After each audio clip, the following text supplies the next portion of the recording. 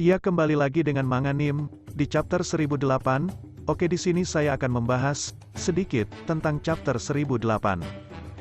Kisah perjalanan bajak laut topi jerami memang jadi salah satu kisah manga yang dinantikan setiap minggu. Terbaru, komik One Piece chapter terbaru sudah sampai 1038. Bagaimana kelanjutan cerita Luffy dan kawan-kawan mengenai spoiler One Piece chapter 1038? Dalam One Piece 1037, 8 diagram naga mabuk, Suron Hake, dikisahkan pertarungan kapten kelompok topi jerami, Monkey D. Luffy vs Gubernur Jenderal Bajak Laut Beas, Kaido, benar-benar memuncak. Kaido dalam bentuk terkuatnya, hybrid mode, melawan Luffy dalam keadaan mabuk menenggak sake. Adanya sake tidak membuat Kaido melemah. Sebaliknya, Kaido dan sake adalah kombinasi mematikan.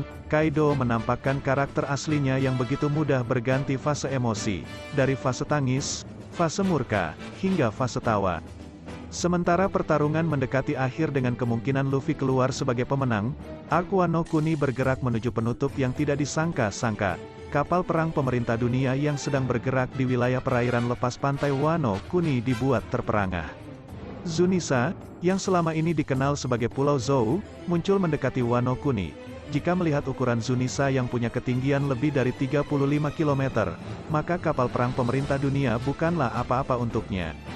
Zunisa sudah pernah menghancurkan kapal perang bajak laut Beas, yang dipimpin salah satu Saigai, Jack. Kala itu Zunisa bergerak hanya dengan satu perintah Kozuki Momonosuke, oleh karenanya, tidak mengherankan jika kali ini Zunisa juga akan bergerak, menyapu kapal perang musuh.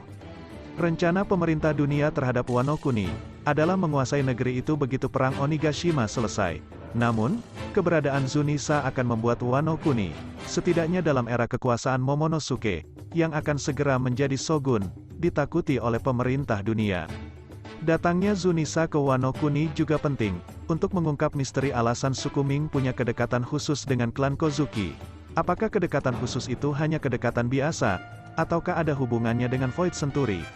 Zunisa sendiri punya sebuah kesalahan besar, pada masa lalu yang membuatnya harus menerima hukuman terus bergerak tanpa tujuan, di New World. Namun, mungkin saja, Zunisa sebenarnya bergerak ke satu titik. Hanya, selama ini tidak tahu titik tersebut. Adanya Momonosuke yang bisa mendengar, Voice of All Things akan membantunya. Hal lain yang mengejutkan dari One Piece 1037, adalah ketika Gorosei membahas sebuah buah iblis yang mereka sebut, tidak pernah bangkit sejak beratus-ratus tahun lalu, pemerintah dunia sengaja memberikan nama lain untuk buah iblis tersebut, untuk menghapus keberadaannya dari sejarah. Meskipun pembicaraan tentang buah itu ada di rangkaian panel yang sama dengan pergerakan Zunisa, bisa jadi buah iblis yang dimaksud Gorosei tidak berkaitan dengan Zunisa. Buah iblis itu semestinya adalah buah iblis yang kekuatannya terlihat dalam perang Onigashima, yang diketahui dan dilaporkan CP0 kepada Gorosei. Buah iblis tersebut tentu bukan Gomu Gomu no Mi, atau Ope Ope no Mi, melainkan buah iblis yang dimiliki salah satu tokoh asal Wano Kuni, negeri yang selama ini tidak dapat ditembus pemerintah dunia. Jika buah itu adalah Toki Toki no Mi, maka seharusnya ada pergerakan Kozuki Toki, atau efek perbuatan Kozuki Toki, yang diketahui CP0. Sementara itu, jika bukan Toki Toki no Mi, kebanyakan buah iblis yang muncul hanyalah buah iblis Smile milik anggota bajak laut Beas. Kemungkinan lain adalah buah iblis yang digunakan Tama untuk menjinakkan kawan dan lawan yang memakan buah iblis tipe Zoan. Nah itu dia, yang bisa saya bagi kepada kalian. Mantap, benar-benar mantap sekali, chapter kali ini.